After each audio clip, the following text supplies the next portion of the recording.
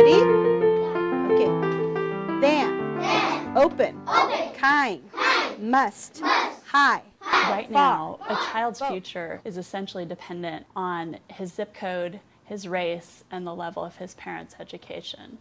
And if we're to try to create a democratic society that enables full participation from all of our citizens, we need a school system that's actually going to support students to be able to participate. We really want to listen and find out what's in place here already, what strengths are there that we could potentially build on, and how can we bring the lessons we've learned and work side by side with you to modify that to meet the needs of the teachers you have on your staff, the principal, and the students that you're serving.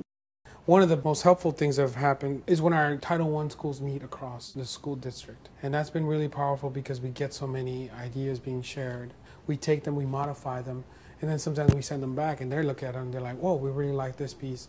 So the sharing that's been happening has been really, really powerful.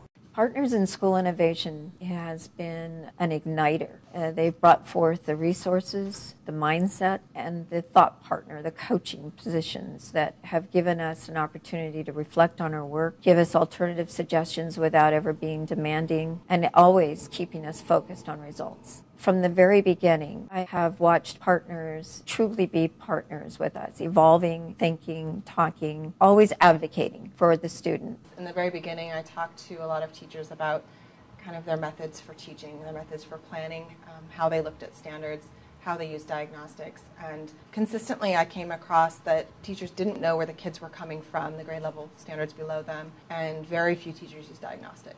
So putting those two things together, it was a fairly glaring need. So we had 2 or 3 focal students in 2nd grade who were just not meeting their fluency and reading comprehension goals. They weren't accelerating nearly enough, and so we decided to do even more diagnostic work with a few of them and then uncovered some pretty glaring skill gaps in phonics that were not allowing them to decode quickly. For example, with Stephanie, one of the focal students, we found out that she didn't know the difference between a consonant and a vowel, which is why she wasn't getting long vowel patterns and why her fluency wasn't increasing. So that changed the way Vivian, her teacher, and really the rest of the 2nd grade team taught most of their kids in their class with that really keen eye on that skills gap in phonics. I think it's really important to emphasize that it's about kids driving the instruction and it's not about teachers driving the instruction, no matter what they're best at teaching. They were really uncomfortable teaching phonics, for example. It was something new to them. They hadn't done it before. They were uncomfortable teaching fluency, but it was an explicit instruction block that had to be put in there if we were going to get those kids up on grade level. We take full responsibility for the outcomes of the partnership. Our staff are as invested in the student learning as the staffs that we're working with. We're not dropping in and out once a month. We're there for up to 5 years, taking full responsibility. Very soon after we made the switch to this new focus of standards, we saw student results very, very quickly. For a long time, we would do a lot of hoping and just pray at the end of the year we'd get there, and it never worked. So this year, what was different was that we said we don't ever want to not know, never want to hope. We always just want to know for certain where we are. Good or bad or ugly, let's just know it, and then we'll move from there.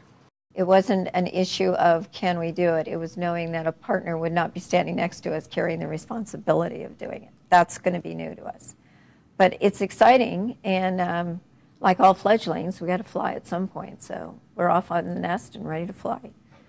Partners has been extraordinary. When we think about what the civil rights issues of our time are and what the places that we have the highest leverage impact on the future of our country, I think public education is that lever. It's so simple. I can't believe it that it's taken us so long to figure it out. You figure out what a student needs and then you teach them that. We're so stuck into the system of just following a program. That's just the way it's been. Just the results that we've had for the mid-year, showed some big progress. And so I think the more that we refine this process, the results are going to be amazing. It's not are we going to go up, it's how much are we going to go up and how much higher can we go up after that.